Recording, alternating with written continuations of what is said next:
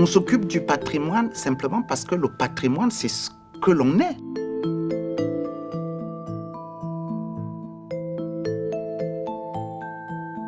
La culture, c'est nous. La culture, c'est l'être humain que nous sommes. Et pour se relever d'un traumatisme si grave qu'une guerre dans cette ville de Mossoul, au nord de l'Irak, qui a été détruite de manière intentionnelle par ceux qui l'occupaient, donc ces groupes armés, au point que toutes les grandes références culturelles, le grand minaret, la mosquée, les églises, ont été complètement rasées, mais aussi les habitations. Et après cet épisode terrible qui a vu la vie revenir progressivement dans cette ville, il fallait aider les populations à se remettre progressivement de ce traumatisme. Et pour cela, c'était important de les aider en créant un environnement pour reprendre une vie. Et c'est pourquoi l'UNESCO a compris qu'il était important de s'engager pour reconstruire ce patrimoine qui était si important pour la vie des communautés qui revenaient et qui avaient envie maintenant de penser à la paix. Ce qu'il faut savoir, c'est que Mossoul est un carrefour de plusieurs religions qui ont vécu tout en harmonie avant l'arrivée des groupes extrémistes.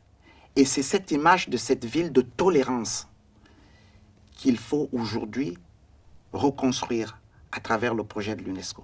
L'UNESCO a décidé d'aider les autorités irakiennes à reconstruire les références culturelles emblématiques représentant chacune de ces communautés.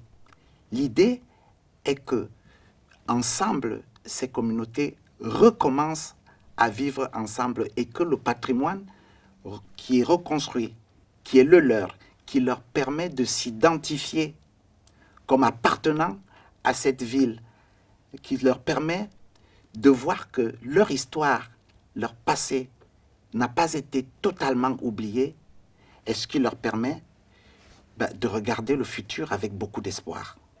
J'ai été frappé par le champ de ruines dévastateur que j'ai vu.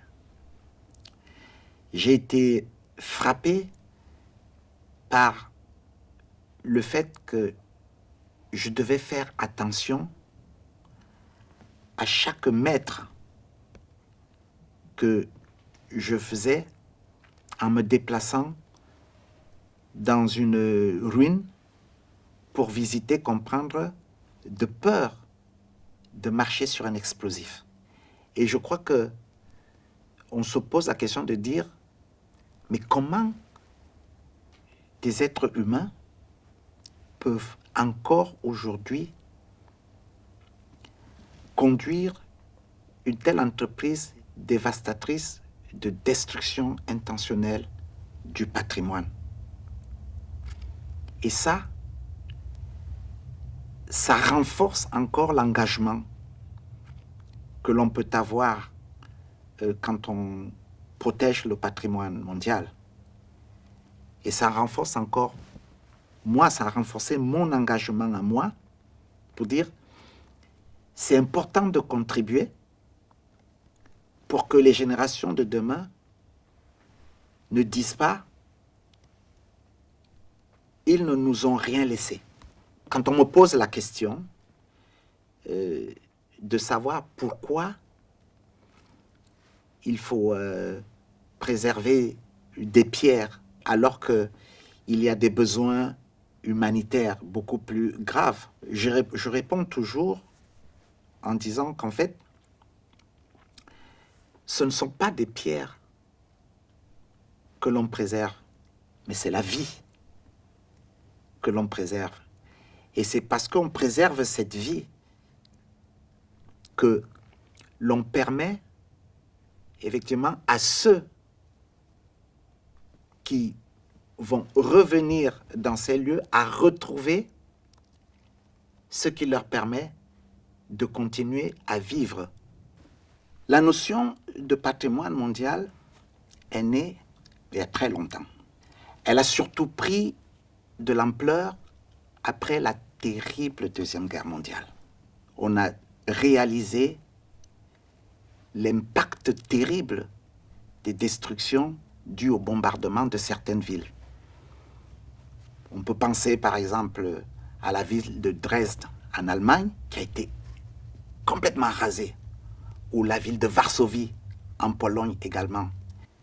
Que cette guerre avait provoqué non seulement des destructions de vies humaines, mais aussi avait détruit le patrimoine, la culture, les références historiques, a commencé à se poser effectivement la question de dire il ne faudrait plus que ça arrive.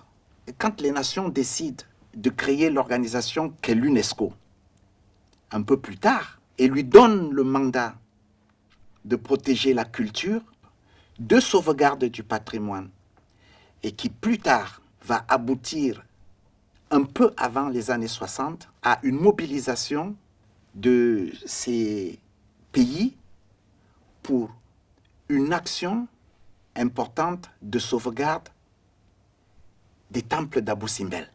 Le gouvernement égyptien de l'époque s'était engagé à de grands projets de développement.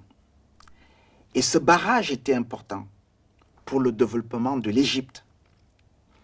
Et malheureusement, pour avoir fait le choix de la construction de ce barrage, ça allait engloutir ce beau temple d'Abou Simbel et de Philae. Or, la mobilisation des nations du monde était justement d'essayer de faire comprendre aux autorités de l'époque égyptienne qu'il était possible de construire ce barrage qui allait servir pour le développement du pays, mais aussi en parallèle de ne pas sacrifier le patrimoine et ces grandes références de l'histoire que tout le monde admirait et venait visiter de toutes les parties du monde. Et c'est cette mobilisation-là, pour accompagner le gouvernement de l'Égypte, qui a amené à la création, un peu plus tard, de ce qu'est le patrimoine mondial aujourd'hui. Au départ, à partir de 1978, plus précisément, ce qu'on commence à inscrire sur la liste du patrimoine mondial sont des grands ensembles monumentaux qui sont les témoins du génie créateur humain. Le site de Machu Picchu, au Pérou, la Grande Muraille de Chine, bien sûr les grandes pyramides d'Égypte et bien d'autres. Et donc, se pose la question plus tard de reconnaître au patrimoine mondial d'autres nouvelles catégories de sites, notamment dans les années 1990. Et à partir de ce moment-là, l'UNESCO, avec ses États membres, commence à réfléchir sur la reconnaissance et la considération de ces ensembles patrimoniaux qui ne sont pas forcément des monuments. Pourquoi? Parce que l'un des principes premiers de la Convention du patrimoine mondial, c'est de promouvoir la diversité culturelle. Et donc, c'est important d'encourager d'autres nations, non seulement à ratifier cette convention, donc à la rejoindre, mais aussi à pouvoir proposer ce qu'ils considéraient comme les sites pouvant aussi avoir le statut de patrimoine mondial. Et donc ces nouvelles catégories qui arrivent sont des catégories de paysages culturels, comme par exemple le paysage culturel de Konso en Éthiopie, ou encore les terrasses de rizières aux Philippines, et bien d'autres, qui montrent aussi que ces territoires habités par l'homme avaient été préservés pendant des siècles et des siècles et témoignaient aussi de la capacité des êtres humains et de ces cultures particulières justement à s'adapter et à préserver pendant des générations et des générations avec un savoir-faire exceptionnel d'aménagement du territoire ces lieux. Et voilà comment progressivement des nouvelles catégories vont ainsi rejoindre le patrimoine mondial dans les années 90. L'UNESCO va également encourager la reconnaissance des patrimoines qui soient transfrontaliers. Pourquoi? Parce que le patrimoine commence à être aussi perçu comme étant cet outil qui permet de promouvoir la coopération pour la préservation du patrimoine culturel ou des cultures de façon globale. Et c'est ce qu'on a vu avec le grand site transfrontalier de Capacnán, avec plusieurs pays en Amérique latine qui ont considéré que cette route importante devait être protégée et qu'elle ne pouvait pas être protégée qu'à l'échelle d'un seul territoire, mais devait être protégée sur toute sa longueur par l'ensemble des pays qui considéraient que c'était important. Cela a quelque chose de magnifique. Au-delà du simple fait de protéger le patrimoine, cette action rapproche tous les pays, et parce qu'elle rapproche tous les pays, elle remet à l'honneur les notions de paix et de coopération, et donc éloigne toutes les questions et les idées de guerre. Et ça, c'est une force des inscriptions transfrontalières. On a vu avec ces inscriptions transfrontalières l'effet multiplicateur qu'elles produisent. Elles favorisent la coopération, pas simplement la coopération gouvernementale, mais le seul fait de mettre en place des systèmes de gestion, des systèmes de suivi, des systèmes de promotion des valeurs de ces sites, elles rassemblent les historiens, elles rassemblent les scientifiques, les archéologues et les guides touristiques même également, qui échangent, qui partagent des informations, qui harmonisent leur manière de faire et finalement qui mettent en place un ensemble de solutions qui, après, ne sont pas simplement des solutions qui peuvent être uniquement adaptées à ce site, mais qui peuvent aussi être partagées avec d'autres régions du monde qui aimeraient faire la même chose. Ce qui est important quand on visite un site du patrimoine mondial, c'est ce que ce site provoque en nous, provoque pour tout visiteur, c'est d'abord le respect. On est impressionné de comprendre que les êtres humains ont pu réaliser avec leur savoir-faire des choses aussi grandioses. Et quand on va un peu plus loin et qu'on commence à comprendre un peu les raisons qui les ont poussés à réaliser ces sites, ces monuments, à les construire, on s'aperçoit progressivement que ces raisons sont finalement les mêmes raisons que les peuples ont eues en Amérique latine, en Afrique, en Europe, en Asie, par exemple. Et c'est ça, justement, qui crée l'universel. Parce que l'être humain de toutes les régions du monde a toujours su s'adapter à son environnement et a créé avec son intelligence ce que nous pouvons aujourd'hui admirer, ce que nous pouvons aujourd'hui préserver, ce qui nous inspire et qui permet de continuer de nous représenter comme êtres humains et aussi de construire les sociétés futures de demain. Et c'est ça le patrimoine mondial. L'un des principes premiers de la Convention du patrimoine mondial, c'est de promouvoir la diversité culturelle.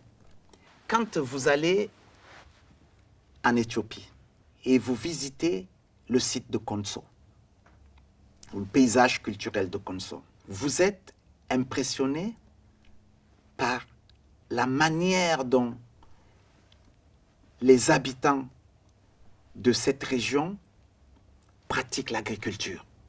Dans cet espace et dans cet environnement, de produire un habitat fait de pierre, adapté à cet environnement rocheux, mais également avec les matériaux qu'ils trouvent sur place, qui créent une harmonie incroyable.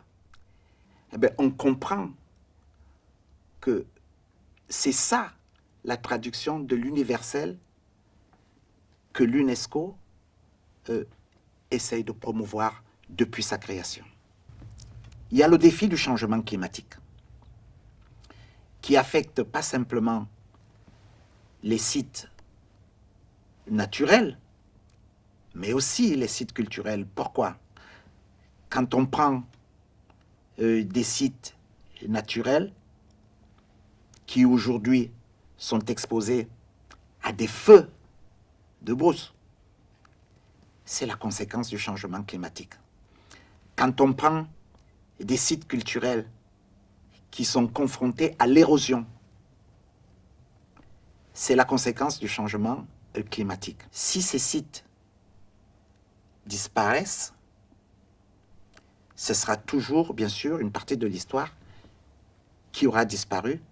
Et je crois que le monde aujourd'hui ne doit pas laisser faire et doit travailler pour que l'on puisse réduire les effets du changement climatique. Ça, c'est un défi important.